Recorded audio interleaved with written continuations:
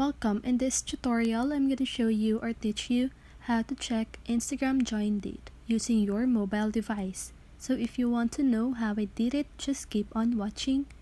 So first of all, if you're using Android phone, don't worry because the process is still the same. So let's get started. So first of all, you want to open your Instagram app.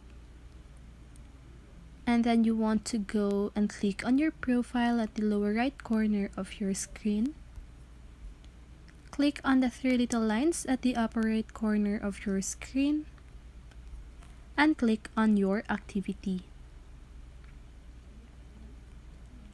So now here under your activity, you can see that the account history section. Okay, so just go ahead and click on that. And here you can see your account history.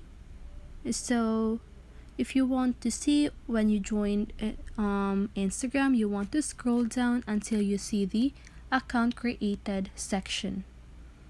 So here, as you can see at the bottom part of my screen, I created my account on February 21, 2023. Okay, so that is when you joined Instagram. So that's it. That is how you check when you joined Instagram. So I hope this video helped you, and if it did, make sure to like, subscribe, and hit the bell notification so you won't miss a video. See you in the next one and have a great day.